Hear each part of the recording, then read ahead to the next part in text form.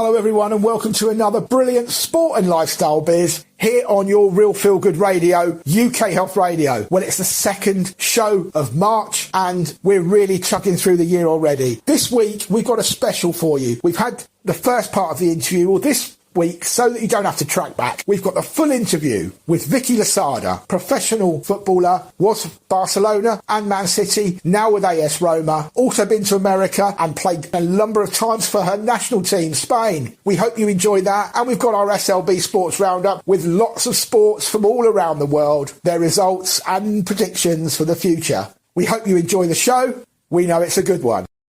Well, everybody, joining me today is Manchester City and Spain superstar footballer. It's VICKY LOSADA. Hi, VICKY, how are you?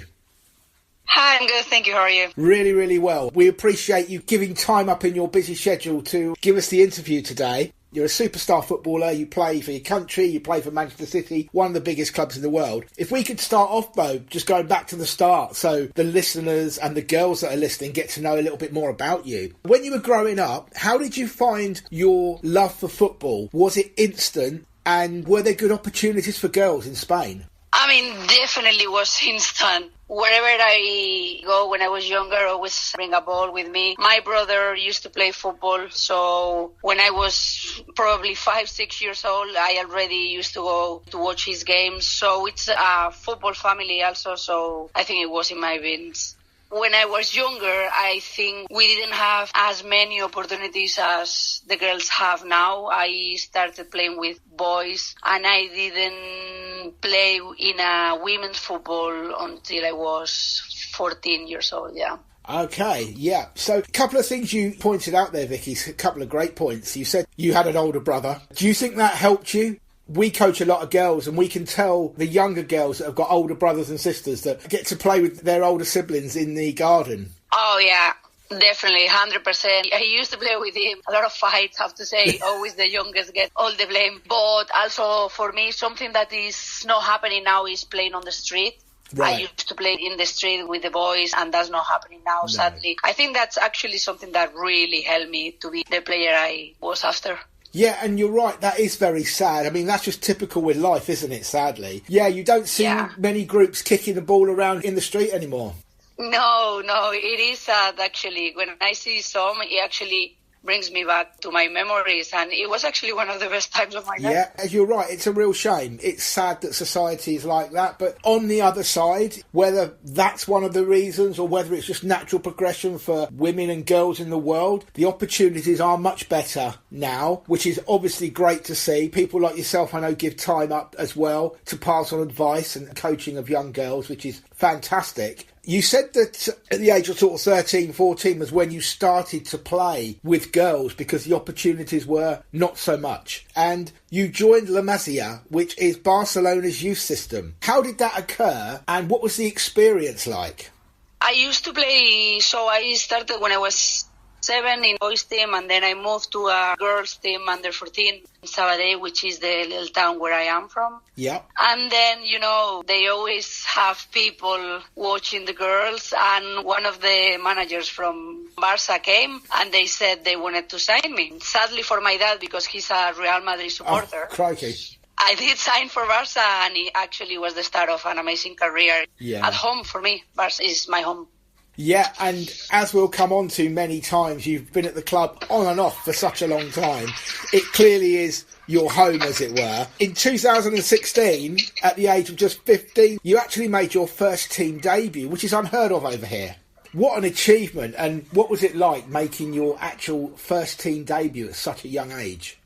I mean, it was actually amazing because now you can see more girls making their debut at that age. Back then, the opportunities I had, they were nothing compared to the, good managers, good infrastructures in the clubs nowadays. Yeah. So for me, it was just amazing how the manager I had back then, it really believed in me. Because to be honest, sometimes in football, you also have to be lucky or have that person that puts the eye on you and says, I'm going to believe in this girl. And it was just amazing. Actually, I think I was 15 and the youngest after me was 19 years old, and I was playing with women that were 30 years old. So it was a great experience for me to grow quicker than probably I would have done going through all the categories before the first team. Yeah, that gives you obviously first-hand real-life experience, doesn't it? So it really does push you on at an early age. It does, because I had to work harder. I couldn't say no to anything. I just had to find myself in a group of really old people, and that was the best learning for me. Brilliant. Again, just going back to a couple of points you made, and a couple of points I'd like to mention on that. First of all, you said it was amazing. The manager had the belief in you, which is obviously always needed. There's a saying that we have, right place, right time. And obviously you were playing in the right place when the Barca scout come to see you. But all in all, it's still down to you to show that desire, that ability, that hunger for them to put you into the first team at that tender age. I mean, I always had the talent. Yeah. That is something that I think I was born with. But you also have to develop that. And then you have to have also hard work every day. Passion for me is really important. You have to have passion, because that is what is going to show you the way all the time. Because sometimes it's not always nice in football, in sports. There's always hard moments, but you have to keep doing the things you do every day and being disciplined. And I think back then I had really difficult moments. I remember I used to be such a bad defender. I never used to defend because I was very young, so they used to score a lot of goals when I used to lose the ball. But all these things, thanks to the manager also, show me the path, and I'm so lucky that I had that back then. Yeah, again, brilliant for you, but obviously you did have that talent, as you said, but a good point you make is hard work and passion. Hard work, because no work at all gets you nowhere. That will be the first thing that brings you down. But passion, because as you said, it's never always going to be easy, and you need to be passionate about it. If they're hard times, get yourself back up again.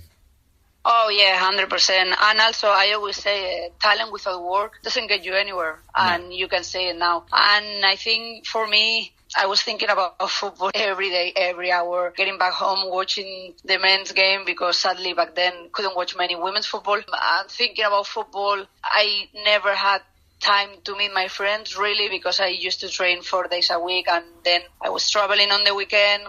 And back then also all the travel was in the bus, so it was really, really hard coming back Monday morning, back to school, so it was a lot of dedication. Absolutely, and obviously with all your schooling as well, it was a very busy schedule. Yeah, it was, and you have to be disciplined, and I think sometimes also in football you're expecting results quick because you're anxious when you're younger, but I think the work that you do every day, in the end, it pays off 100%. I'm a big believer of that. Yeah, and you are 100% correct. So obviously, you, as we said, you started off at a very young age in Barcelona. In 2007 was one of your moves away, but that was not triggered because of anything you did. It was because Barcelona actually got relegated and you wanted to stay in the top level. You had an amazing season for Espanyol. You played 24 matches. You scored 3 goals. Do you think that was important to your continuation of the high-level football you were playing, the fact that you actually stayed in the top tier? It was, as much as I never wanted to go to Espanyol, because it's actually the biggest rival of Barca. Okay. But I knew for me, as you know, I was very, very young, and it took me a lot of time to adapt to that level and to kind of have the rhythm of my life. And for me, just going back to a second division, I thought I had to make that effort and just push myself and keep challenging myself and stay in the highest level. Yeah, again, another good point of your focus and your dedication.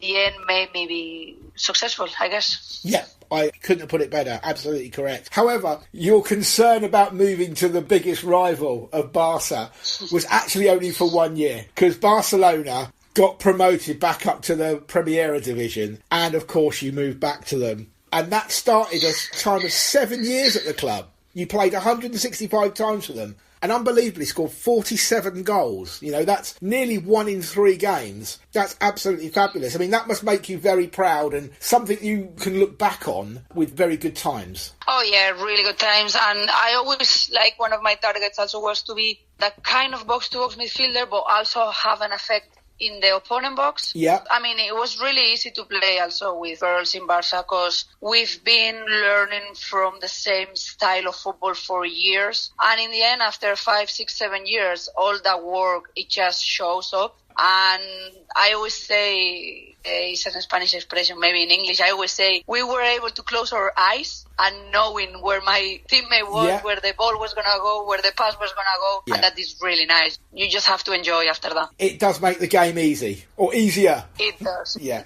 way easier. You were talking about being a box-to-box midfielder. Just a couple of quick questions that I could throw at you, Vicky, because for me, the answer isn't always the same. What would you say your best position was on the pitch, and what would you say your favourite one was? Tricky one, actually, because now that I'm older, I always loved the number 10. Yeah. 100%. I always like to play between, the opponent back line and their midfielder line, just in that pocket. I love to be in that pocket and on the left side, because I really like to just get my shots on target. Yeah. So if you play on the left side, my first touch always was inside, and I always had the goal in my mind. But with the years, in Barca, especially these last years, I really enjoy that position, number 6. That's how we call it in Barca, which is the midfielder that's in front of the two centre-backs. Yes. And I think it's really important because you just kind of give the balance to the team. And I think now being older and more experienced, you make better decisions. And I think I really enjoy that position over there. Yeah, and you're right. Reading the game in that position is very, very important, isn't it? Obviously, you've got to be able to play both ways. It's a very tricky position, actually. It is, and when you play for Barca especially, you just have to make sure not just making good decisions, not losing the ball once, because normally we are attacking so high and the counterattacks are really, really dangerous. But as I say again, it was really easy to play with amazing players beside me. Brilliant, absolutely fantastic. So part of that 7-year stint in 2011, which from looking at it probably started the avalanche of trophies, was the Copa de la Reina, and that was Barcelona's first trophy. You started the game, you won the final. What was it like to win that trophy for such an iconic club? I think for us that was a before and after, I guess, because the first year I played when I was 15, as you said, we got relegated. So we weren't the best team, which a lot of people would say, what? So we were the last on the table. And I think after that trophy, that Copa de la Reina, we knew where we wanted to get. And after that, it's just been a lot of trophies and also just the mentality of every year being a better team. I think also the club has done really good signing new players, that maybe foreign players from another countries that also were giving us another options. And when you want to play in Europe, you just need a bit of everything. Absolutely. So do you think the winning 2011 was a combination of things that led to this avalanche of trophies? You went on to win Premier Division 3 or 4 times, 2 more Copa de la Reinas, all in a short space of time. Do you think it was that, with the combination of that added belief and, as you said, signing new players? Was it a combination of everything? I mean, the new players came later. We were all Spanish players, and I think it was a result of a lot of work, passion, and also really talented players. I have really good memories from the years, like showing really good football. And then the only thing that happened is that we were never able to get through quarterfinals in Champions League, but we still always get into Champions League every single year. So it was always a progress. Brilliant. So almost the evolution of the team, really, and you just all grew together, and it resulted in 3 league titles and 3 cups. Oh, yeah. And then after that is when we signed the new players, because there was a target in the club that we wanted to do better in Champions League. Of course, yeah, absolutely. So before we go on to that, in 2014, you actually had a taste of football in America, which obviously for a long time had been considered the number one, the whole thing for football in the world. You signed for Western New York Flash in the NWSL. First of all, what experience was that? And how did that come about, that move? In 2014, I already won 5 leagues. And I was 23, and I was already the captain of Barca. And I just felt like the club, believe it or not, it was getting small for me. And I just started feeling a bit comfortable, and I wanted bigger challenges. Yeah. And the Spanish league wasn't professional. The offer came from USA, and I could say it was a dream, but it wasn't, because sadly for me, I didn't have any role model to look at and say, I want to be a professional player. So I guess I was brave, and I took my chance, and I went for everything, and I crossed all the ocean to the other side and far from my family to kind of make my career professional. Yeah. And was that hard to live away from your family? It was very hard. It was very hard because I think the 23-year-old that I was is not the same that a 23-year-old nowadays. Oh, no. You didn't have internet, you didn't have anywhere to communicate, really. So it was really hard. I didn't speak a word of English, like nothing. Wow. Yeah, that's very brave then. And taking that into consideration, did you enjoy your time there? I did enjoy my time there. I think it made me stronger physically and mentally. And then I realized that there was an opportunity and a possibility to be a professional footballer. And I wanted to develop over there, to come back home and say to the girls, listen, you can be a footballer if you want, if you work hard. And back then I would say, maybe you have to leave your country, but now you don't have to, because I'm very happy that women's football is developing the way that it is. Brilliant, absolutely fabulous. And obviously that did give you another taste of football, but still not satisfied, still wanted a different challenge. You signed for Arsenal in 2015. What was it about the WSL or English football that excited you, and was the challenge that you wanted to take up? I mean, I enjoy America, but I think the football in Europe is different. And the big Premier League, I mean, everybody knows the Premier League is the best league in the world. And I used to watch games also when I was younger. And just coming here, it was a dream. Coming back from Western Eagle Flash, where I was so happy, and I'm so thankful because they gave me the first opportunity to be a professional footballer. Yeah. But coming back here and a big club like Arsenal with all the history behind, it was actually a dream. And I actually enjoy it. We won 2 trophies. And you did. I have really good memories also from that time in England. No, that's lovely to hear. As you said, you won 2 trophies in one season, which is fantastic. And the whole WSL and the experience, did it live up to what you were expecting? I mean, yeah, it was. The Spanish league wasn't professional, so the club was amazing. The training ground was amazing. I came here to 24-hour routine, having breakfast in the training ground with the first team, meeting the guys, having lunch, having training, gym sessions. They're normal things now, but it wasn't back then. UK Health Radio, the station that makes you feel good.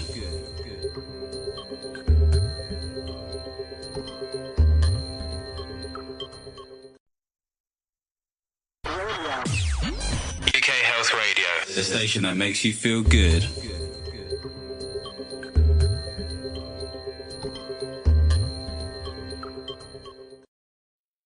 In America, I was with another Spanish, and in Arsenal, I was with Natalia also, which was easier for me because my problem was always the language. But in the end, when you play football, you're kind of speaking the same language on the pitch. Football's got its own language, hasn't it? Yeah, 100%. Brilliant. You stayed there a season. 2016, you rejoined again your childhood club, Barcelona, home as you've called it already, and immediately was part of another Copa de la Reina win. But this time, not only did you play really well against Valencia, you scored the winning goal, which must have been amazing. And then you also got to have another taste of the UEFA Women's Champions League. Obviously, a competition that you mentioned as well was something that was a great thing. Reaching the semi-final. So you scored the winner in the Copa de la Reina and you reached the Champions League semi-final. Probably couldn't have asked for much more. No, because actually my target when I left, I spoke to the manager of Barca in 2014 when I left to America, and I said to him, I'm leaving the club to become a better player, but when you are professional, I want you to bring me back because I want to win with this team, with these colours, and I want to lead this team. And I actually came back, and the club was completely different, amazing infrastructure. They were professional, and it actually looked really good, thinking about the future objectives that the club had. And that Copa de la Reina was amazing. I came back, I felt way stronger. The Spanish league was slower, so I was actually in a really good moment. Fantastic. And obviously, you know, you were probably the best person to judge how far the club had come because you had experienced the professionalism in America and in England. Yeah, I knew the different styles in different countries, and one thing that being away has taught me the mentality. What I take from the Americans and the English is that mentality, that competitive mentality that is 90% 99% for me in football player. Yeah. And I think that's what I try to show the girls when I came back to Spain. And I think after 2017, every year we just got better and better because the players we signed, they were always players with a lot of anger of winning trophies and also not just winning, because in the end you can win or you can lose because football sadly is not fair. So but working every day, giving your 100%, no moaning, maybe having one day off a month, not seeing your family, and that was the kind of environment I was looking for when I left and after coming back. Also I wanted that in Barca. Absolutely, and you're right, football's not always fair, is it? You can play really well and not win, but again, there can only be one winner. You could play the best season of your life and finish second, So it was great to obviously get those opportunities and win everything that you've done. And in May 2019, you were again captain of your iconic club, Barcelona, and you played in the UEFA Champions League final against Lyon. Despite obviously not winning that match, being captain in the UEFA Women's Champions League final must be one of the highlights of your career. It was always for me.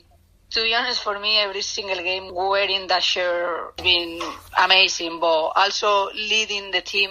Yeah. And playing against one of the best teams I've seen in my whole career, which was back then that Olympique de Lyon. That was an amazing team. And I think it was very tough to lose, but I think thanks to that, we won after 2 years. And I'm pretty sure if we would have not experienced that day, I don't think we would have won the Champions League 2 years after. No, it obviously helped you get to the level or where you needed to be to do that. Vicky, I'm just going to say that I'm going to record that little sentence you said and play it every day I coach the girls. The fact that Vicky LOSADA, international superstar, said every time she put the shirt on, wasn't just the Champions League final, every time she put the shirt on was an honour. And that's how people need to approach football.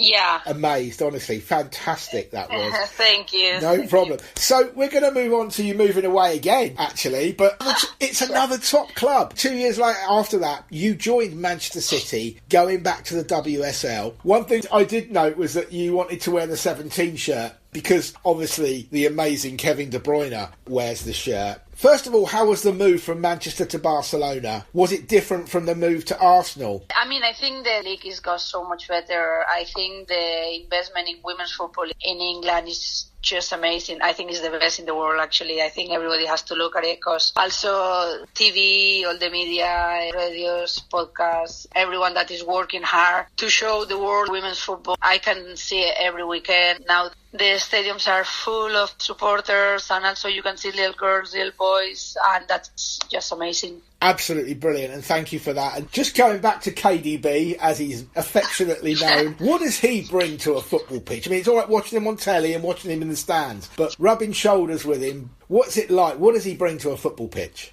I mean, I think he's a really intelligent midfielder.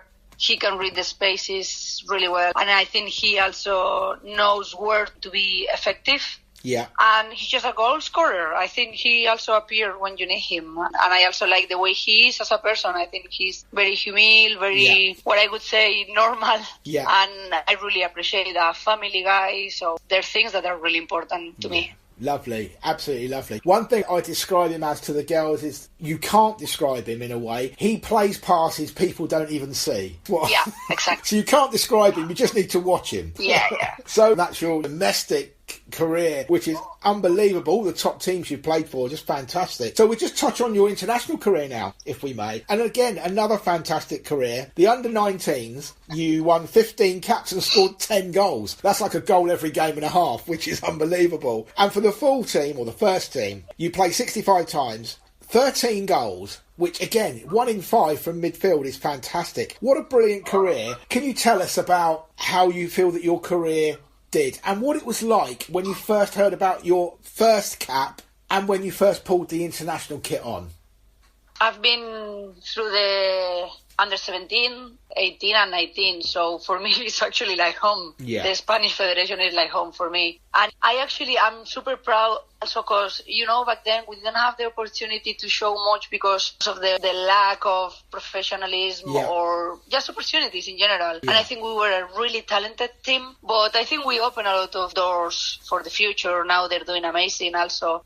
I remember I finished my last game in the under-19 in June. The following week, they called me to be in the squad with the senior team. And I actually couldn't because I nearly didn't have time to get back home and I had to pack my bag again and go to the north of Spain. Yeah. I remember my first game with Spain was against England and we drew 2-2 and we were out of the qualification for the World Cup. But it was just amazing. I remember I played 10 minutes and I played with the number 14, and since then that number has been always special for me, and it's just a privilege to defend your country and knowing that you can be a role model for future generations. Yeah, you're definitely a trendsetter, Vicky, and if only, the opportunities for international football was happened then that they are now. And just touching on the Euros last year, we took a few of the girls to the final at Wembley, and that was obviously an amazing day for England. But for me, Spain were the only team that actually had England in trouble, and I thought Spain were actually unlucky to not beat England, and obviously that would have been a totally different tournament, wouldn't it? Oh, it would have been completely different, yeah. I think Spain could have got there more prepared. I think we always struggled scoring goals, and I think England knew where they were going. I think they would look very strong, and I also think in England after that game, so I'm happy for the girls because they've done amazing. It was actually, I must admit, I've been to a lot of football matches, a lot of big football matches. I still would consider that as being one of the best matches, days that I've ever been to. The day they won the Euros. They were amazing. For me, England had a lot of match winners coming off the bench, didn't they? I think that helped. They had game changers, as they call them, coming off the bench. But it was a great tournament, and it just shows you, doesn't it, that if Spain hadn't have met England that early, Spain might have gone further. Because I think Spain are a fantastic team. I think so. I think also at that level, when you make a few mistakes in big tournaments, it's a big punishment. So I think sometimes it's how it is, but it's very challenging. And when you make a big mistake, you're out. And I think it was sad because for me it was kind of a final, the England-Spain game. But one of the best games actually of the tournament. It was, and the World Cup coming up soon. Yeah, that's going to be massive also. It's going to be really good. Absolutely. I couldn't agree with you more. Well, Vicky, just a couple more questions before we let you get on with your day. What are the future plans for Vicky LOSADA? And would you like to stay in the game?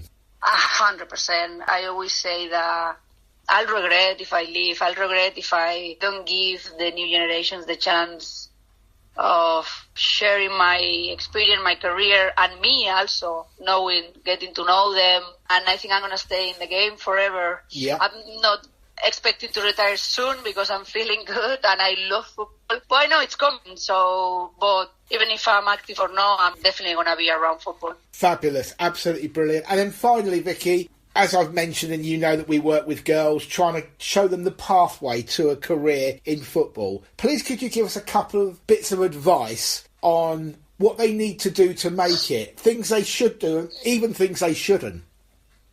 I mean, I think there is a dream now, which is to be a professional footballer, and they can see that you can do it. And I always say to enjoy the way, that is really important. But I'm going to be honest, and you have to work hard, you have to be passionate about it, and sometimes you're going to have to leave some things in your life. It might be meeting your friends or being in big moments with your family. I think for me, it's really important to watch football. I think it's something that really, really helps. Watch football, pick role models, depending on your style of football. But remember always to enjoy. You have to enjoy because in the end, it's a sport, and you also have to share your life with your teammates. It's a team sport. But I think if you work hard, you enjoy, and you always have little dreams, they might become big dreams, and I'm sure you can make it.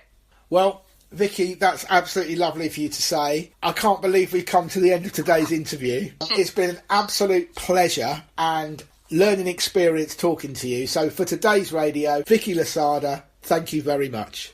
Thank you much. UK Health Radio, the station that makes you feel good.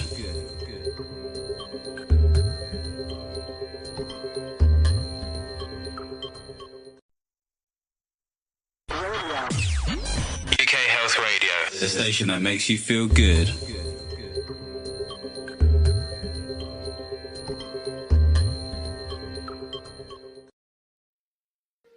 This is our SLB Sports Roundup featuring golf, horse racing, darts, rugby, motorsport, NBA and football. We start with golf. The The PGA Tour was back with the Arnold Palmer Invitational from the Bay Hill Golf Course in Florida. It was won by Kurt Kitayama on -9, who survived a back nine charge from a host of players. In fact, at one point, there was 8 players just one shot behind him, but they fell away, and Kurt Kitayama come good with a lovely birdie 2 on the 17th. He won on -9, 2 shots clear in the end of just 2 golfers. Rory McIlroy, who came through the field after a disastrous round 1, and Harris English. This week it's the Players' Championship from the famous course using the Stadium Golf Course. The DP World Tour is back this week, coming with the magical Kenya Open from the Matiga Golf Course in Nairobi. The LPGA was back with the HSBC Women's Champions tournament from the Sentosa Golf Club using the Tangjong course in Singapore, and it was won by an emotional, driven, superb back to form Jin Young Ko, the best female golfer on the planet, and I don't say that lightly because Nelly Corder is unbelievable as well. But Jin Young Ko has had a year of wrist injuries, doubts. Will she give up? Will she get back? Her last tournament win was this one a year ago. She's played in 2 or 3 since she's come back from her wrist injury, and she dominated the last 2 rounds of this one. She won on -17 and burst into emotional tears on the 18th green when she'd won. 2 shots clear of that other brilliant golfer, Nelly Corder. 3 young ladies back in third, Danielle Kang, Akae Fure and Alison Corpus on -14. They've now got a 2-week break and are back from the 23rd to the 26th of March with the Drive-On Championships from the Superstition Mountain Golf and Country Club in Grand Canyon, Arizona. Horse racing, very quiet weekend on all fronts. In the build-up to Cheltenham, there's a big meeting at Sandown this weekend where one horse could win the big hurdle race and then go for the double at Cheltenham. But we're left with just giving you our 4 horses, 2 from Thursday, 2 from Friday, to accompany the 4 we gave you last week. On Thursday, we think back to form Shishkin will take the Ryanair chase with Allaho being injured. The Mares Novice Hurdle, we think will also go to Nicky Henderson with Lucia. Friday, Galopin de Champs should bring the house down in the big race, the Gold Cup, and Lossiemouth. That should create a double for Willie Mullins, winning the Triumph Hurdle. The Premier League darts, Week 5 was in Exeter, and it was won again back-to-back by Michael van Gerwen. He took 5 points after beating Johnny Clayton, 6-3 in the final. Johnny Clayton taking 3 points, and the 2 beaten semi-finalists, Nathan Aspinall and Dimitri van der Berg, taking 2 each. Michael van Gerwen tops the table after 5 rounds with 15 points. 6 points clear of Michael Smith and Nathan Aspinall, and Gerwin Price bringing up the top 4 with 8 points. Week 6 is in Liverpool next week. The Rugby Six Nations is back this week with Italy versus Wales, England versus France, Scotland versus Ireland. Ireland currently lead the table with 3 wins from 3 games. Motorsport and a little bit to bring you as Motorsport World comes back to action. MotoGP are having a test this week at Portimao in Portugal, but World Superbikes are back with their round 2 from the Indonesian round on the Mandalika circuit. Race 1 was won by Alvaro Bautista, making it 4 wins from 4 races this season for the Team Ducati Aruba IT machine. Second place, Toprak, the champion of 2021 on his Team Yamaha bike, and his teammate Andrea Locatelli was third. The Super Bowl race was ruined a little bit by the Kawasaki's, the 2 British riders reckless in races 2 and 3. Very surprising of Jonathan Ray. But Toprak wins it on the Team Yamaha bike. Andrea Locatelli is second, and Alex Lowe's managed to stay on for third. Jonathan Ray made an audacious move on Alvaro Bautista and basically pushed him onto the dirty part of the track, and he came off. But he was back to form in race 2, which was the 6th race of the season. Alvaro Bautista winning it, making it 5 wins from 6, Toprak second, and Xavi Vierge for Team HRC gaining his first ever podium in World Superbikes. This leads the World Championship with Alvaro Bautista on 112, Toprak is second on 75, Andrea Locatelli is third on 70. They're now having 6 weeks off and are back with round 3 on April the 21st to the 23rd, the Dutch round from the fast Assen circuit. British Superbikes are having a test in Navarra, Spain this week, and Speedway GP continues its countdown to April the 29th when they start with the Croatian Grand Prix. NASCAR, they were back with the Pennzoil 400 presented by Jiffy Lube from Las Vegas Motor Speedway, and it was won by William Byron in the Chevy Camaro for Hendricks Motorsport. Cole Larson was second, also in the Chevy Camaro for Hendricks Motorsport, and Alex Bauman made it a 1-2-3 for car manufacturer and team Chevy Camaro Hendricks Motorsport. The championship is led by Ross Chastain, also in a Chevy Camaro, but for Trackhouse Racing. He's on 129 points. Alex Bowman is second on 126, and Kevin Harvick is third, driving a Ford for Stuart Haas team on 108. Next week, it's the Royal Mortgage 500 from Phoenix Raceway. IndyCar, round one saw the Firestone Grand Prix of St Petersburg around the street circuit. And Marcus Ericsson, last season's Indy 500 winner, won for Team Chip Ganassi. Second place, young superstar Pato O'Ward, who we said would have a great season in the Aris McLaren. He was leading with 2 laps to go, but as he crossed the line, there was a small explosion in his engine. It doesn't mean the car blows up, but it sucks the air out of the engine and acts like he's missed a gear. And he was passed down the straight by Marcus Ericsson, but still a great drive by Pato O'Ward. And veteran Scott Dixon closing the front 2 down towards the end, producing a great drive also for Chip Ganassi. Scott McLaughlin and Roman Grosjean, the ex-Formula 1 driver, were in front, 1 and 2, with about 12 laps to go. Scott McLaughlin had a pit stop. They came out together, went for a right-handed corner with Roman Grosjean on the outside of Scott McLaughlin. They touched and both went into the tyres. They ruined each other's race. Scott McLaughlin got a penalty, maybe a little bit harsh, but yeah, very sad for Roman Grosjean, who was going for his first win. Round 2 is not until the 1st and 2nd of April with a PPG 375 from Texas Motor Speedway. Formula E, round 6 is back on the 25th of March at Sao Paulo with a Brazilian E-Prix. Formula 1 made its great comeback this week. However, apart from one shining light in the 41-year-old Fernando Alonso, the oldest man on the grid, it was repetitive and sadly a dull watch. Yet, unsurprisingly, 2-time champion Max Verstappen dominated in his superior car, the Red Bull, with the car proving so dominant that Sergio Perez, who managed to charge through the field passing Charles Leclerc before he dropped out, to make it a Red Bull 1-2. The shining light Fernando Alonso in the Aston Martin, and where has this car come from? We highlighted it last week after testing, but it'd be good for the podium, and that prediction came good.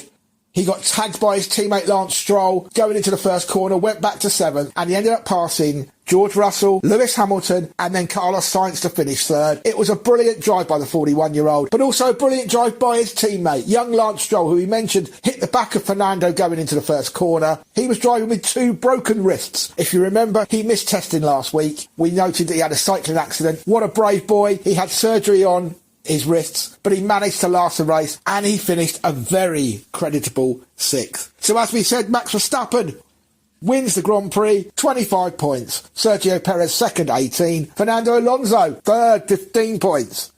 Red Bull lead the standings, obviously, with 43 points. Aston Martin a 2nd on 23, and Mercedes a 3rd on 16. Charles Leclerc in the Ferrari was in 2nd, then passed by Sergio Perez to be relegated to 3rd, and then he dropped out near the end. They're back on the 19th of March with round 2, with the Saudi Arabian Grand Prix from the Jeddah Corniche circuit.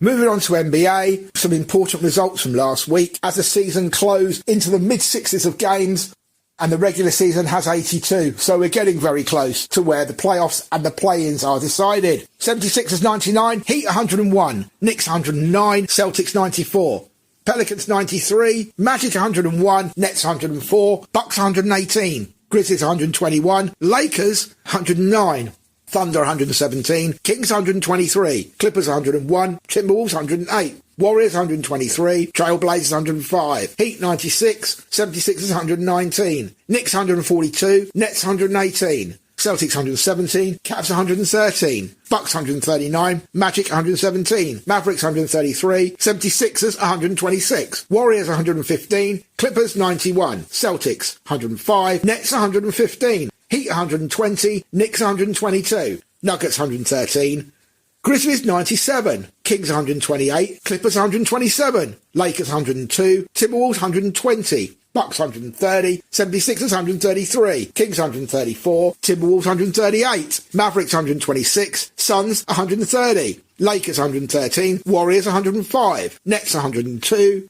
Hornets 86, Wizards 111, Bucks 117, and Celtics 129, Knicks 131. So in the East, the top 6 for the playoff positions, the Bucks lead the way on 46 and 18, Celtics 45 and 20, 76ers are 3rd, 41 and 22, Cavaliers 40 and 26, Knicks are 5th, 39 and 27, Nets 36 and 28. The 4 places currently in the play-in positions, Heat 34 and 31, Hawks 32 and 32, Raptors 32 and 33, and Wizards 30 and 34. The West see the Nuggets miles clear, 45 and 19, Grizzlies 38 and 25, Kings 37 and 20, Suns are 4th, 36 and 29. Warriors, 34 and 31. And the Timberwolves bring up the top 6 on 34 and 32. The current 4 playing positions, the Mavericks 33 and 32, Clippers 34 and 33, Pelicans 31 and 33, and joint 10th the Jazz and the improving Lakers 31 and 34. Some important fixtures as we go through this week. Cavaliers versus the Celtics, Magic versus the Bucks, Knicks versus the Hornets,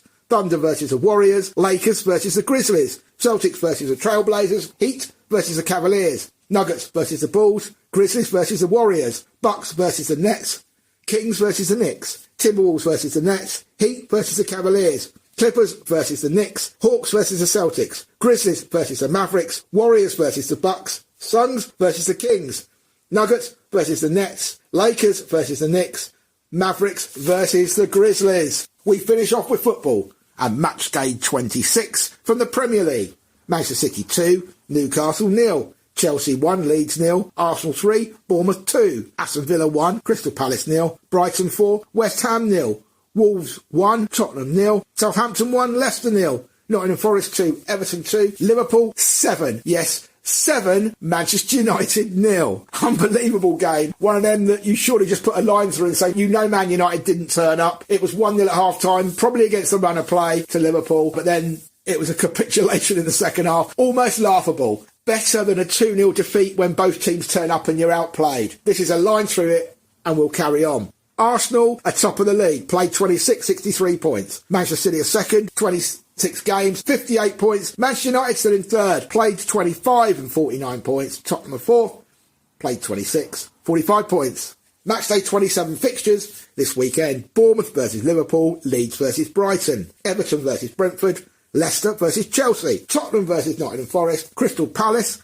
versus Manchester City, Manchester United versus Southampton, West Ham versus Aston Villa, Fulham versus Arsenal, Newcastle versus Wolves.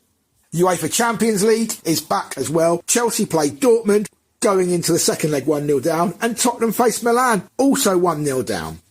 UEFA Europa League see Sporting Lisbon take on Arsenal and Manchester United take on Real Betis. We finish with the WSL.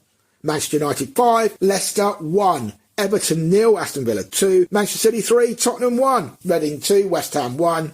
The league shows Manchester United first place, played 14, 35 points. Second place Manchester City, played 14, 32 points. Third place Chelsea, played 12, 31 points. There's a catch-up fixture in the week. Arsenal versus Liverpool and Chelsea versus Brighton. Matchday 15's fixtures, Chelsea versus Manchester United, Brighton versus Manchester City, Liverpool versus Tottenham, Leicester versus Everton, West Ham versus Aston Villa, Arsenal versus Reading. Finally, the Conti Cup final was played and it was between Arsenal and Chelsea, and Arsenal ran out 3-1 winners to win the first women's trophy of the season. Absolutely fantastic result for them. That's our SLB Sports Roundup. Well, everyone, thank you so much for listening. That's the end of another great show. I want to say thank you to VICKY LOSADA. We've got the full interview for you this week, from start to finish. How she started off in football, went to Barcelona Youth, then moved to America, the WSL, and she had a great time. We talked about her domestic career, her international career, and what a great shining light and role model that she is. Always like to thank you, the viewers. We cannot thank you enough for your support, and also Johan, Rafaela and the amazing team at UK Health Radio for giving us this huge platform. We'll see you all next week.